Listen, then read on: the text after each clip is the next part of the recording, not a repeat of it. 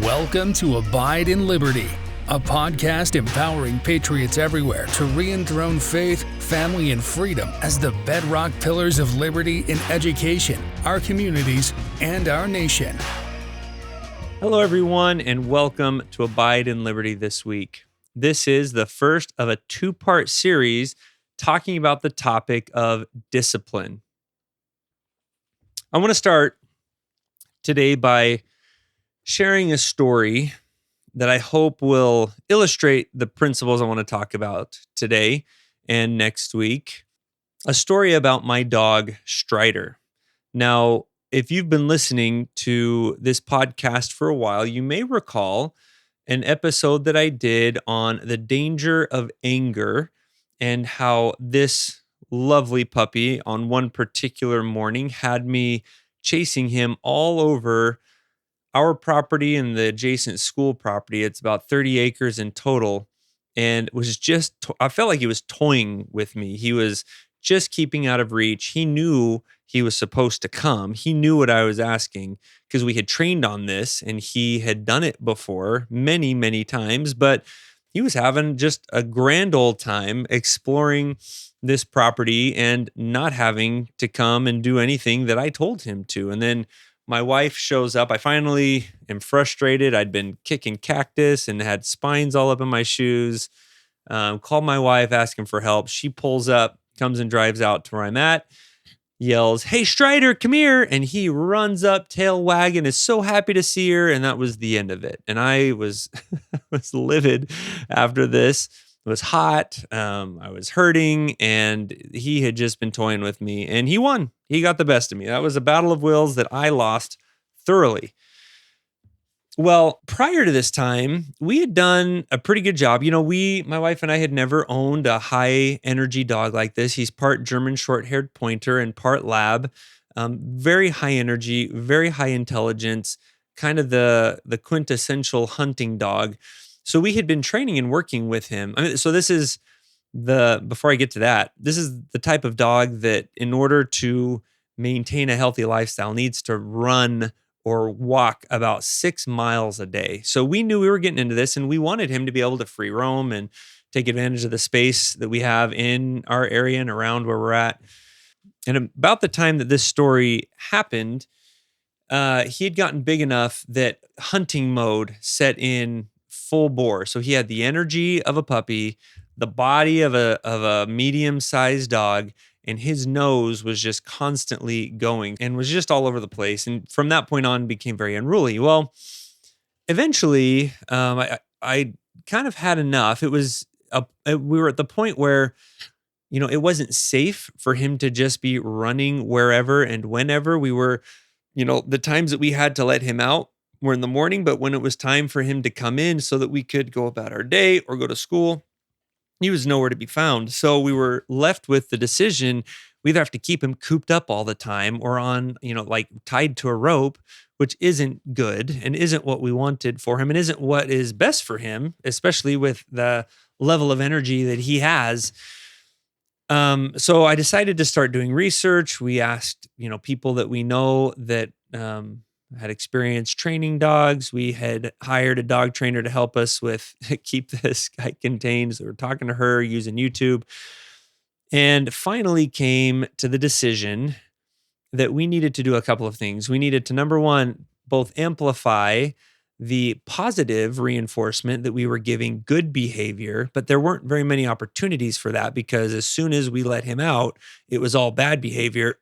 But we also needed to amplify the negative consequences for not obeying, for not listening. We needed to make the incentive to obey stronger than the incentive not to obey. And what he learned from that experience, dragging me all over Kingdom Come, was that there was a really high incentive for him not to listen at all because he got exactly what he wanted.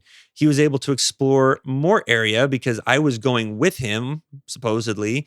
And then at the end of the day, my wife Bonnie gets to come out and he gets all kinds of love and attention, which she didn't do anything wrong there. We just needed to get him back. But, you know, this was not a behavior we wanted to reinforce. So we decided to go with an e-collar.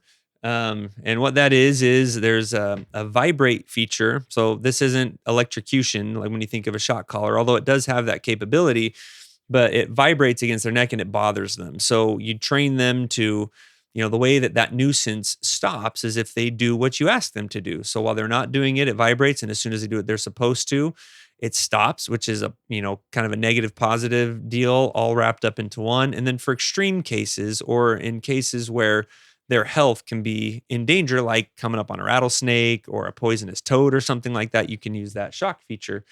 Or if they're just refusing to listen.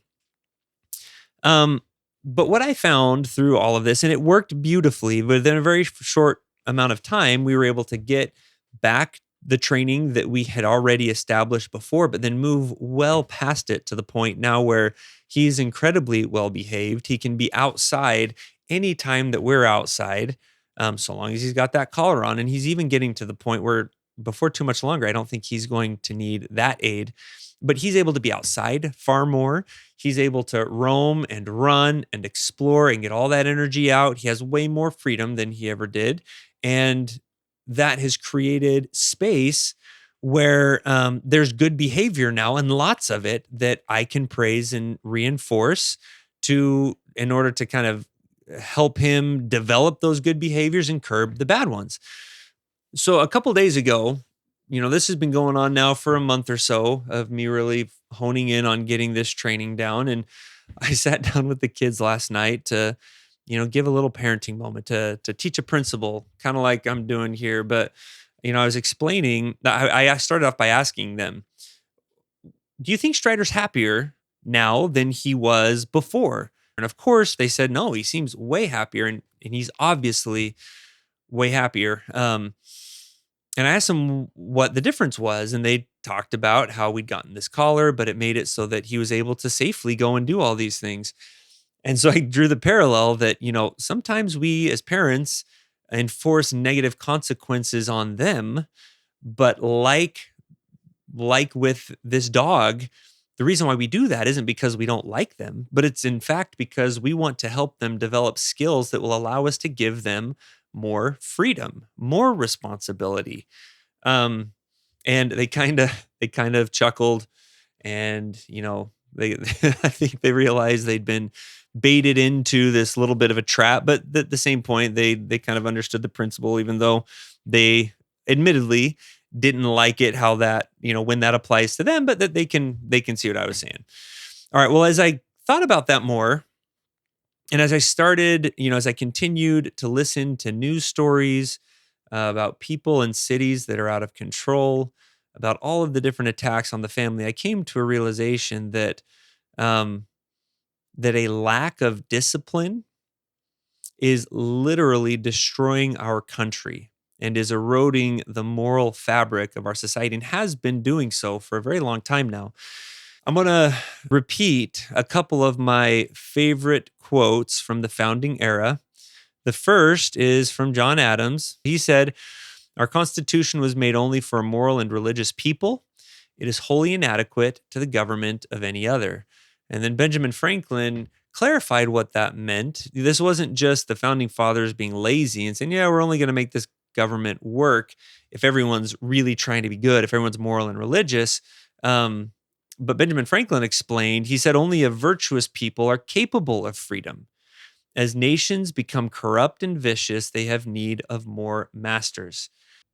So what John Adams and Benjamin Franklin are saying, and they're echoing what Thomas Jefferson said when he said that people have got to be in a position where they're trying to govern themselves at the thought level. So it's not enough just to not kill people, but we need to be trying to not be angry. It's not enough to just not commit adultery. We need to try to even suppress lustful thoughts. And if you have a society that's doing that, they are capable of maximum freedom because they are disciplining and governing themselves. And the people that does that is capable of, surprise, surprise, governing itself.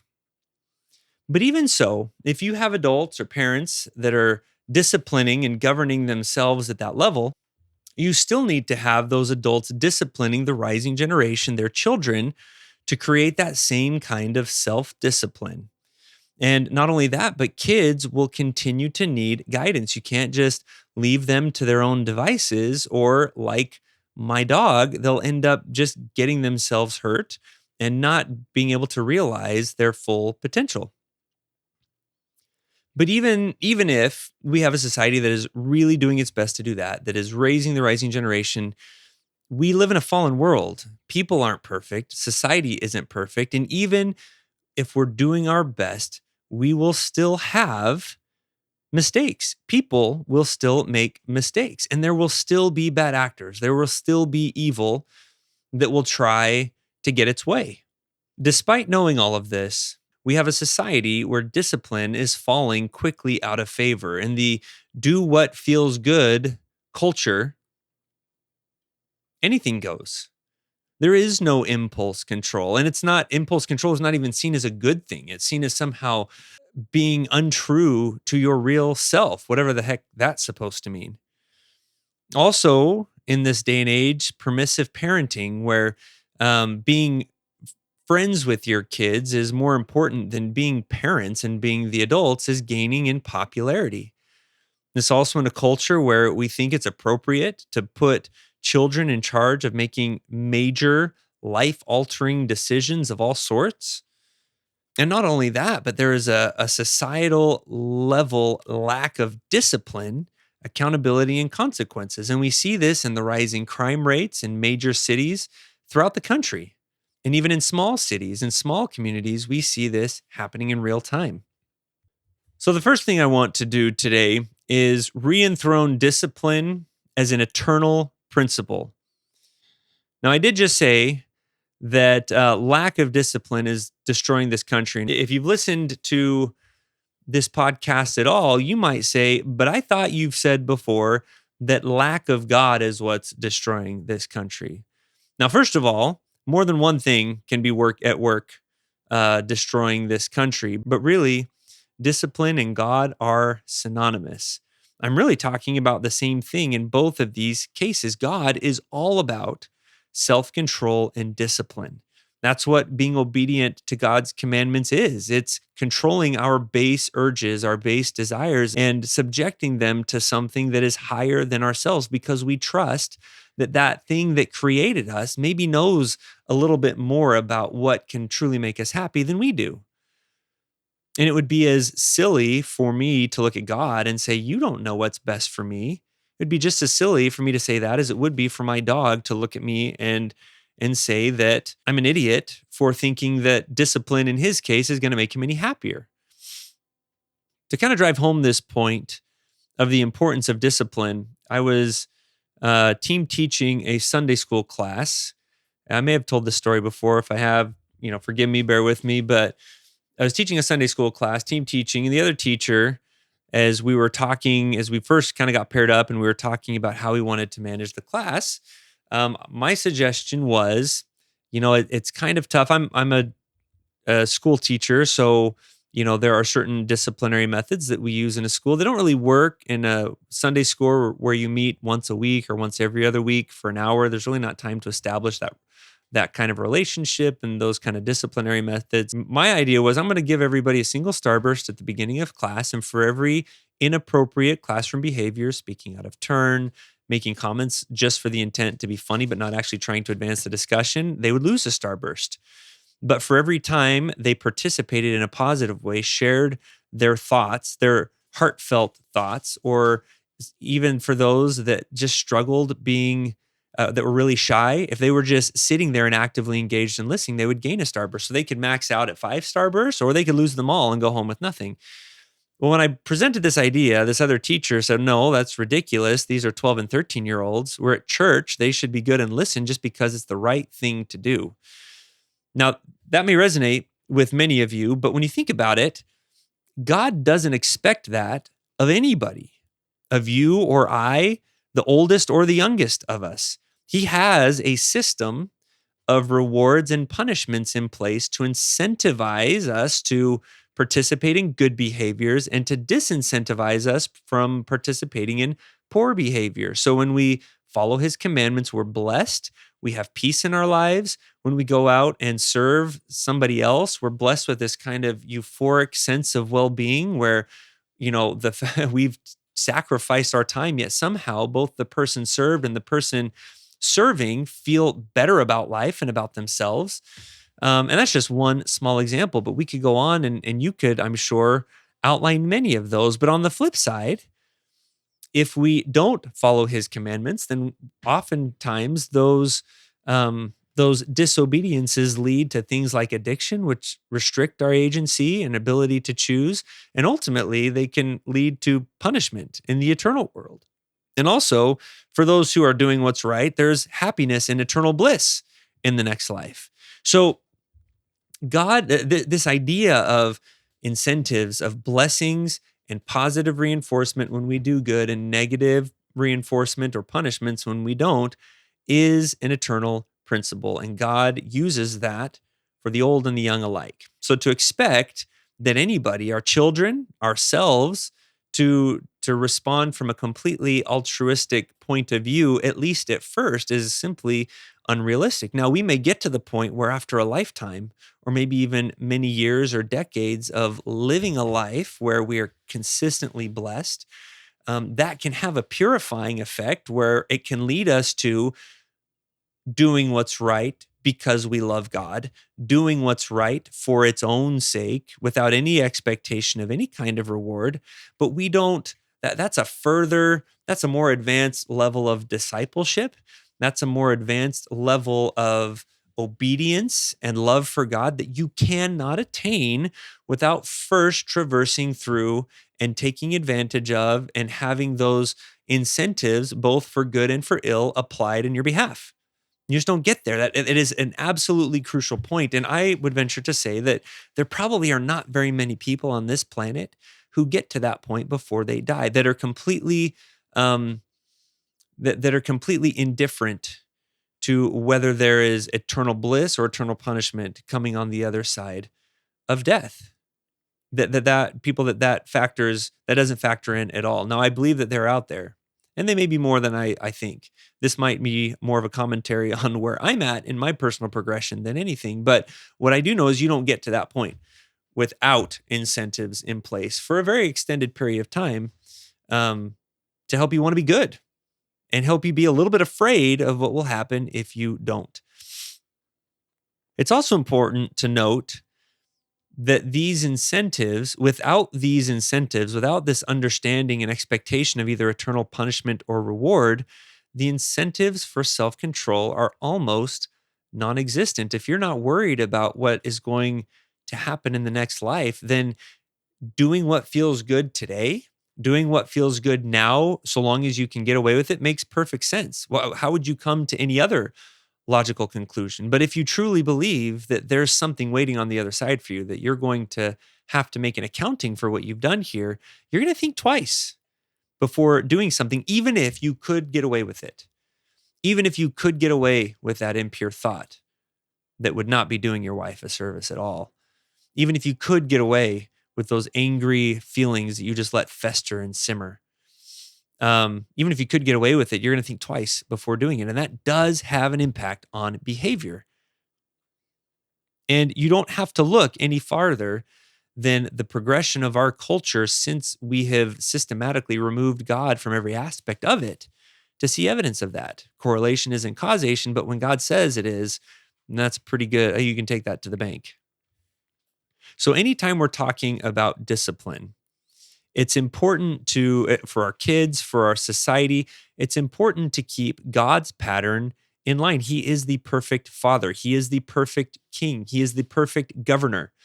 And so anything that we do, we should try our best to mirror the way that he would treat us, the way that he would apply both incentives and punishments for behavior. All right, guys, I think we've set this up. That's all we have time for today. Make sure and come back next week so we can wrap this up. I want to talk specifically about disciplining children and then how those principles and how what we do in our home reflects on the society at large and is an enormous factor in explaining where we've come to as a society. Look forward to seeing you next week. Thank you for listening to Abide in Liberty. Make sure you subscribe so you don't miss any future episodes, and share this with friends and family. In the meantime, keep up with the show online at abideinliberty.com. Also, if you'd like to help our K-12 bless and educate more families, contact us by visiting libertyyouthacademy.org. Until next time, be on the alert, stand firm in the faith, and be strong.